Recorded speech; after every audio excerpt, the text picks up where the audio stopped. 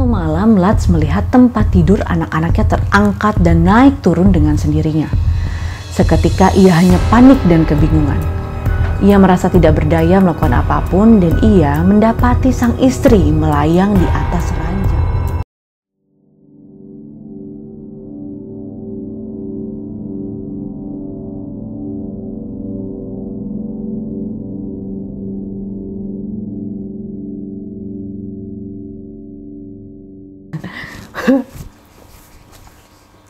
Hai guys, selamat datang kembali di channel Mindy Creative Studio dan masih bersama dengan saya Putri Gorda.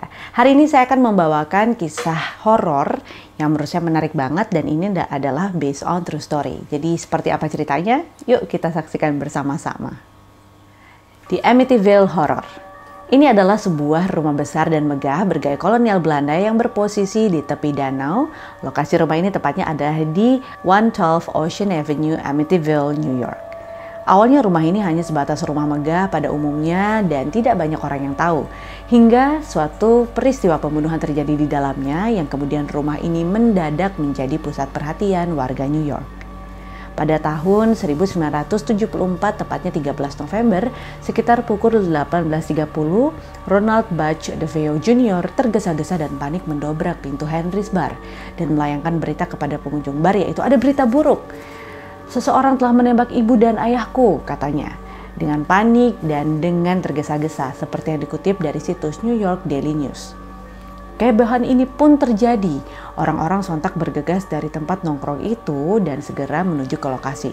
Pemuda itu pun melaporkan ke aparat. Ia mengaku telah menemukan jasad ayah dan juga ibunya di dalam kamar di lantai 2. Petugas kepolisian Suffolk County juga menerima laporan pada pukul 18.35. Pada saat polisi tiba di lokasi kejadian, dalam kesaksiannya Ronald Jr. mengaku menemukan jasad adik-adiknya di kamar lainnya.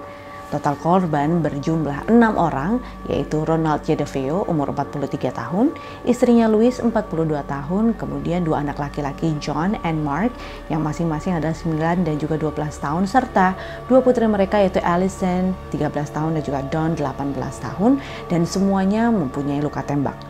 Namun aparat kepolisian setelah mereka memanggil tim investigasi dan melihat satu persatu dari mayat korban, layaknya ada sedikit kejanggalan karena mereka sama sekali tidak menemukan tanda-tanda adanya perlawanan dari pihak korban. Justru motif pembunuhan ini sepertinya dihabisi dalam kondisi tidur terlelap. Yang membuat aneh adalah senjata si pembunuh ini juga raib dan juga hilang atau kemana.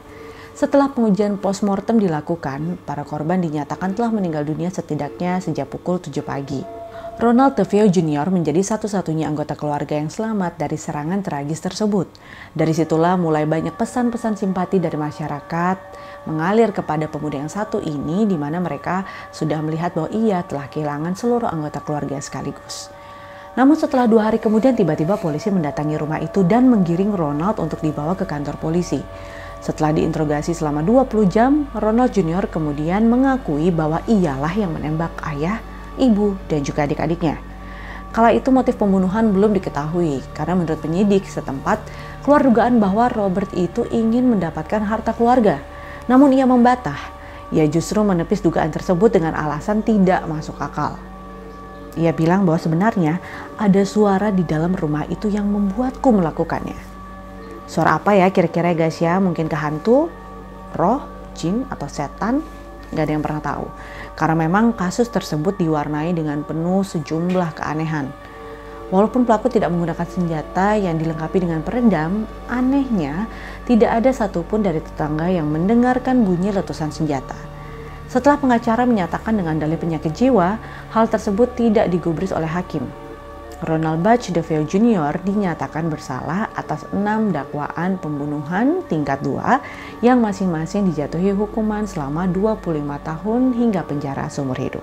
Sejak dari peristiwa itu, kemudian rumah ini berubah menjadi horor. Selama penyidikan dan juga persidangan, rumah Amityville ini dibiarkan kosong. 13 bulan kemudian kepemilikannya berpindah ke tangan George Lutz yang pindah bersama dengan istrinya dan juga 3 anaknya pada bulan Desember 1975. Harga rumah besar yang menjadi saksi pembunuhan tersebut hanya dihargai sekitar 80.000 US dollar. Ini adalah mimpi yang menjadi kenyataan, kata George Lutz soal kediaman barunya yang megah. Pada hari pindah, mereka mengundang seorang pemuka agama untuk memberkati rumah itu.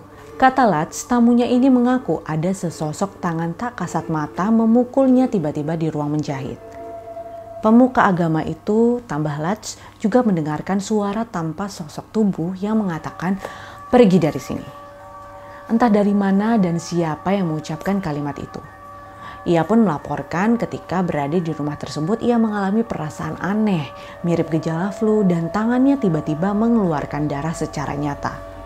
Meski demikian, keluarga ini akhirnya menetap di rumah itu walaupun selalu penuh diwarnai oleh sejumlah hal mistis yang tidak rasional. Mulai dari bau-bauan tiba-tiba muncul dan hilang, kemudian suara-suara teriakan bahkan canda dan tawa seakan ada seseorang di rumah tersebut dan rumah itu dihuni oleh sepasang keluarga dan anak-anaknya.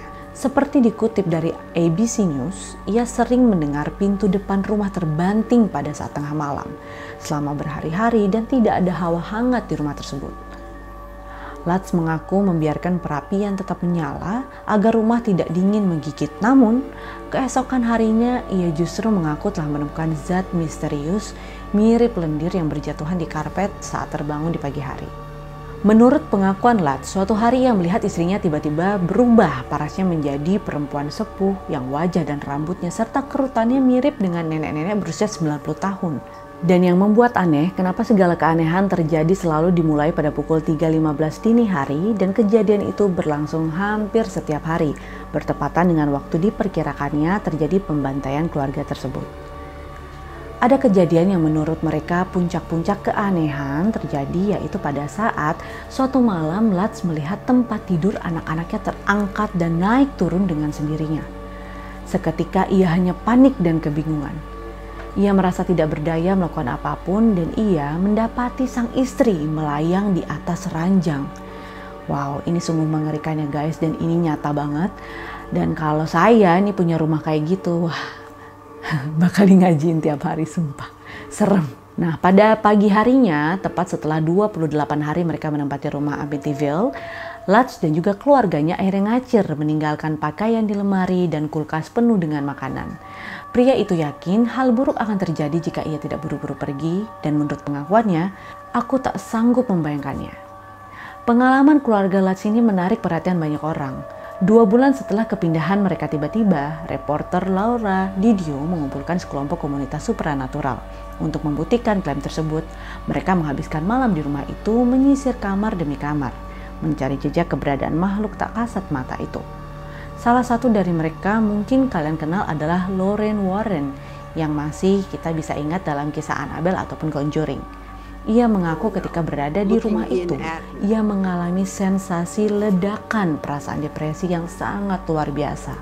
Sejumlah foto pun diambil di setiap sisi-sisi rumah dan ruangan, namun tidak ada apapun yang tertangkap kamera kecuali satu yang mendeskripsikan Didio sebagai penampakan bocah laki-laki mengintip dari salah satu kamar. Sementara itu, George Lutz menghubungi pengacara Ronald Jr. William Weber yang telah mengantongi proposal untuk menerbitkan buku tentang kliennya. Bagi Weber, kisah seram Lutz ini bisa menambah greget buku tersebut. Setelah kejadian ini berlangsung, Lutz membawa beberapa penulis untuk menceritakan kisah ini dan menerbitkannya ke media. Ia mengajak sang penulis yang bernama Jay Anson dengan buku yang berjudul The Amityville Horror: A True Story yang dirilis pada tahun 1976. Hasil, buku yang satu ini laris manis sehingga dicetak ulang sampai dengan 13 kali dan terjual 6 juta buku. Kemudian berlanjut untuk meneruskan cerita ini ke versi layar lebar yang diluncurkan 3 tahun kemudian. Sama juga hasilnya sukses besar.